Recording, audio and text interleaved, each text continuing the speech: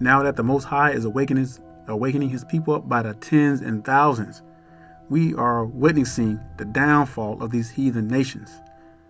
Brothers and sisters, in 2017 was rewarding because we saw firsthand just some of the small destruction of these heathens, these symbolic plagues of Egypt, the fires, the opioids, and it's increasing. It's ever increasing.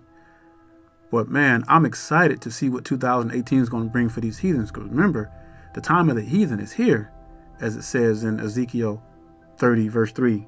The time of the heathen is here, and it's going to increase, and it's going to increase day by day, brothers and sisters. And it ain't going to stop.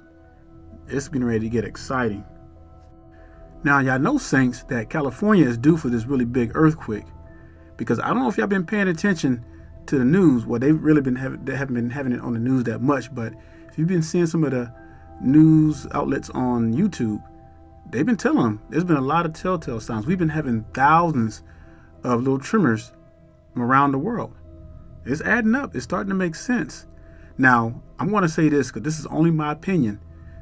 And I truly believe that California is going to get the big one in 2018. Because let me tell you, the tectonic plates of the San Andreas Fault, they're so tight that things like a rubber band, and when it snaps, it's going to snap hard. Now, I could be wrong. Like I said, it's just my opinion. You know, I think they're really going to get that big one in 2018. We're going to see, though. But I'm telling you, brothers and sisters, there's been earthquakes all over the place, all over the world, by the thousands. But nobody's really been paying attention. The Most High is letting us know that this place is getting ready to be destroyed. He's giving us all the signs. All the telltale signs are there, saints. We just got to open our eyes and pay attention. But let's talk about and earlier I mentioned about some moving pieces that are going to come to play that's going to bring this world to an end. So I want to talk about one of those moving pieces, and it's called the petrodollar. Now, for those of you who are not familiar with the petrodollar is, it's what the United States trade in oil. It's like US dollars, but it's in oil, just called petrodollar. So back in the 70s, they made a deal with the Saudis and some of the other countries saying that, okay, well, since we're the world leading traders in oil, in order to trade in oil, it must be in US petrodollars. And that was just a way of control, so they can just keep and try to stay above all the other countries financially. But let me tell you something, saints, that's coming to a close, because I don't know if you've been paying attention, but the petrodollar has been failing. And a lot of these countries are now starting to trade in the Chinese yuan, because China now is becoming a great superpower. Saints, there's a book y'all should get and check out. It's called The Grand Chessboard by Zbigniew Brzezinski. Now, this book is about a bunch of financial scholars who got together and they wrote and they predicted the rise of Russia, China, and Iran. And everything that they predicted came to life. It came true because they used certain statistics and weighed them out over the years and how it would turn out. And it turned out exactly how they predicted. Now that China, Russia, and add North Korea, as well as Iran, they are rising. And they are the main ones who are trading in the yuan. It's going to get interesting. Now, there's a little clip I want y'all to watch because it's going to explain more in detail the purpose behind this petrodollar and why it's failing. And then we're going to get back on Trump. So go ahead and check out this clip. I was talking about what's going to happen in China that no one's talking about, or very few of us are talking about. Once upon a time in 1974, a man by the name of Richard Nixon made a deal with the king of Saudi Arabia and says, here's the deal. We'll protect you guys, but it's going to cost you a little bit. We want to create what they call the petrodollar. So anytime anybody buys oil from you or any of your OPEC members, if you want us to protect you, we'll send our military there. We'll take care of you guys. But here's the deal. Anytime you sell a barrel of oil, people have to pay for it in dollars. It's petrodollars. Capisce? And that's what they did. The petrodollar. Anytime you buy oil around the world, you pay for it in dollars. Not anymore. And this is what could bring down America. This is what I was talking about that could shock this nation. Remember you heard those stories before World War II in Germany? People going to the supermarket, the grocery stores in those days, with a wheelbarrow full of worthless money to buy what they needed. The same thing may happen in America, not if, but when the petrodollar dies. And the death nail is being banged in right now, because here's what happened. You want to put them sanctions on Russia? Okay. Chinese say to Russia, listen, we're buying your oil, right? Because they export a lot of oil to Russia. But we're not going to pay you in dollars anymore. You could take your petrodollar, America, they're saying, and shove it. We're going to pay you, Russia, in our currency, the yuan. And you're Russian, and you say, but I don't want the yuan. You don't want the yuan, we don't want your oil. But I'll tell you what we'll do. You could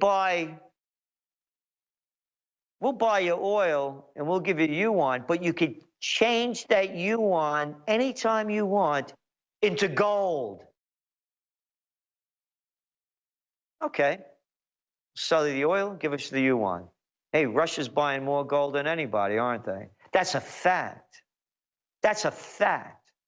Russia was the biggest purchaser of gold of any central bank last year. Hey, Iran, they don't like you over there in America. They got sanctions on you.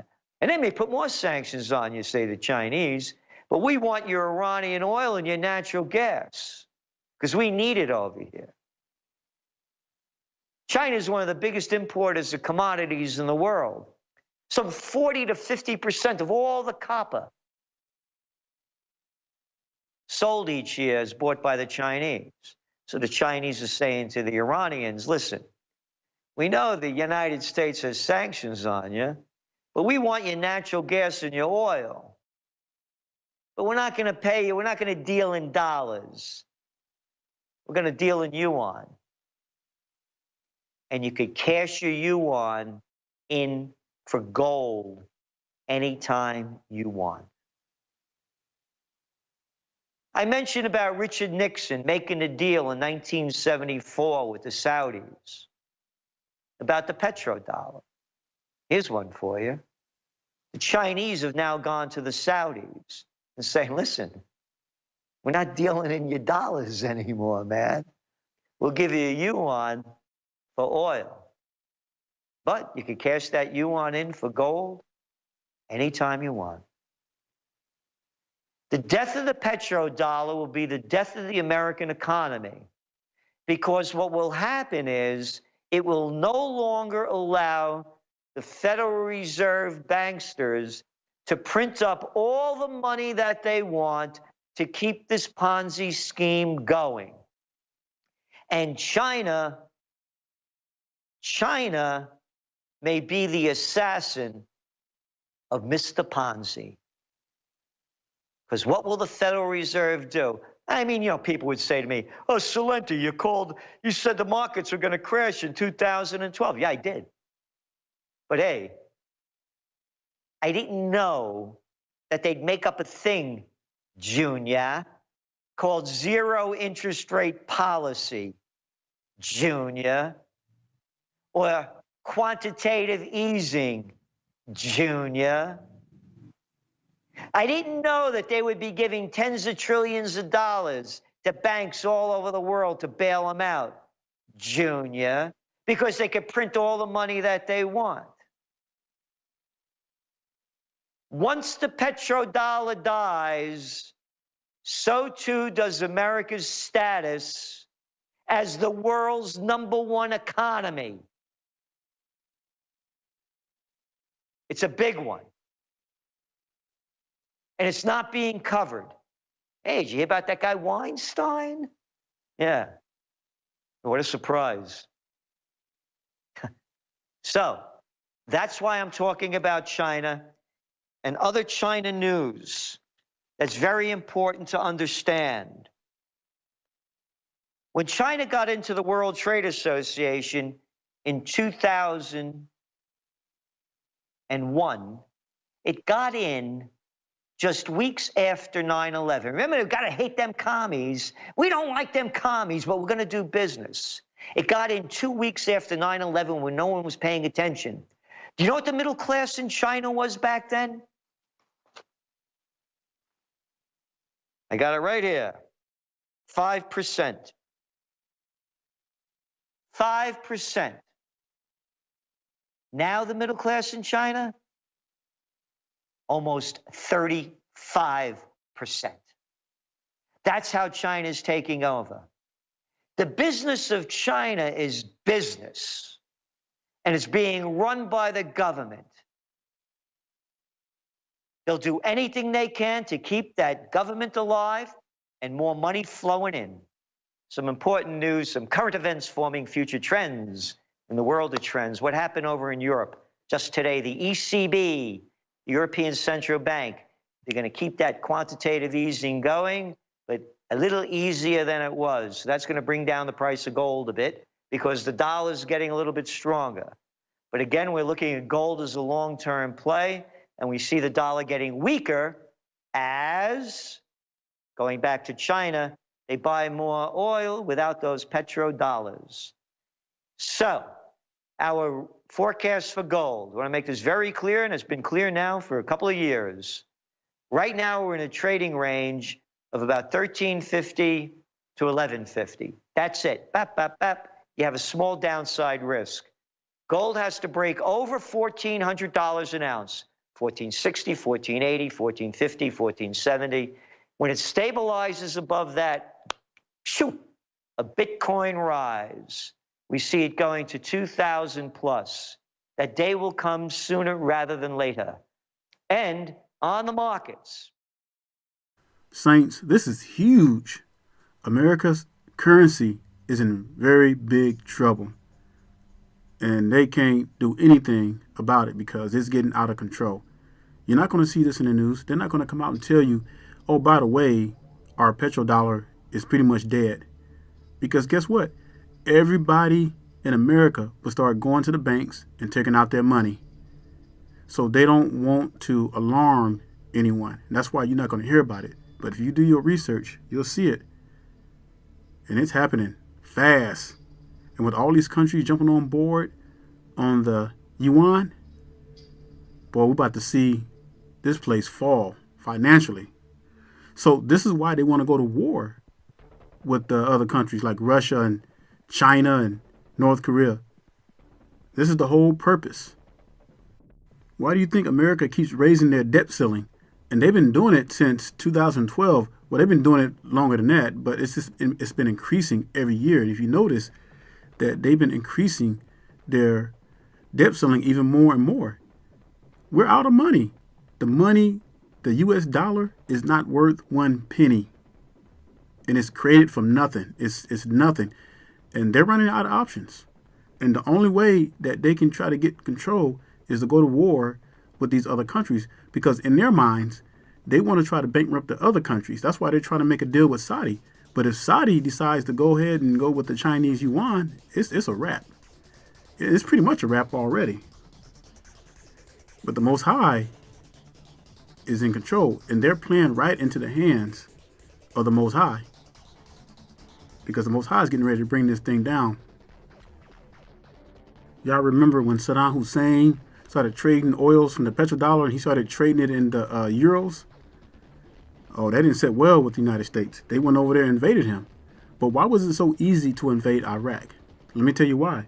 Because Iraq did not have any allies. Iraq was a country to itself. So it was easy to go over there and take down Saddam Hussein. Any country could have done that. Any country that had some good superpower weapons, like some nukes. So it was easy for them to take down Saddam Hussein because they didn't have any allies. It was the same thing with Muammar Gaddafi.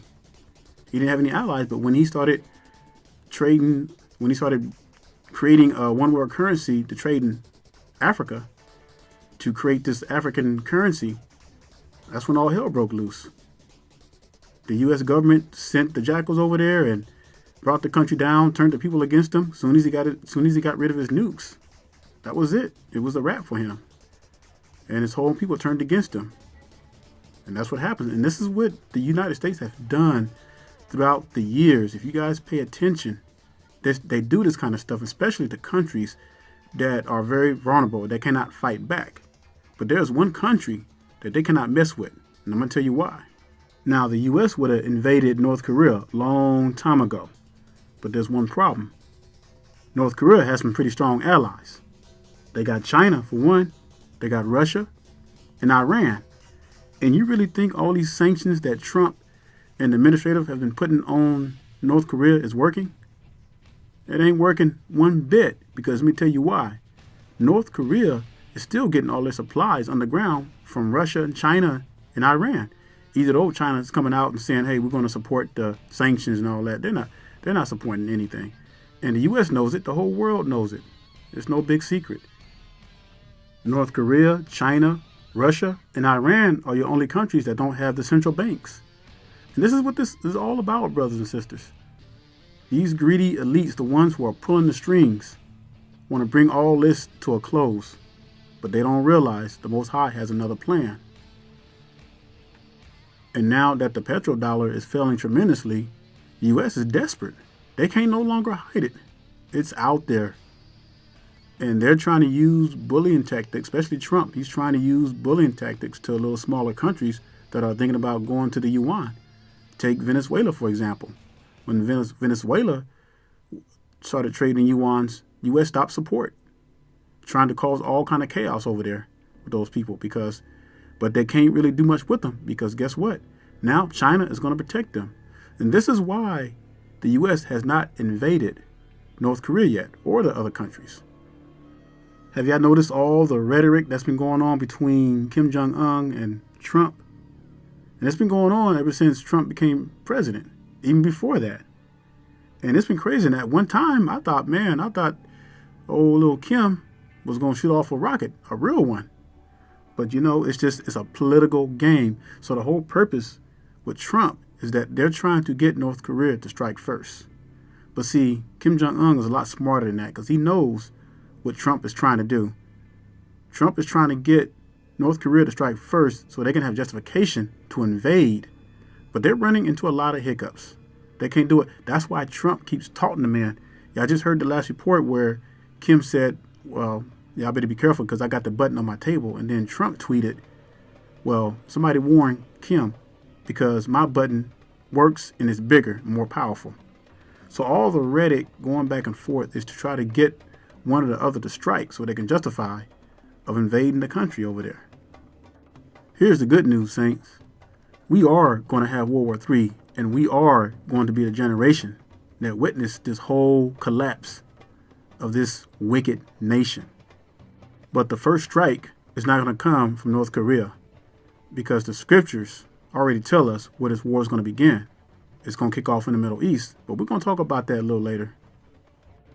All the moving pieces are set in place and ready to go and bring on this World War III. The fall of the petrodollar, the wickedness in this world, the decision to make Jerusalem the capital and to move the U.S. Embassy to Jerusalem, which we're going to talk about a little later. Everything, saints, is in place for World War III.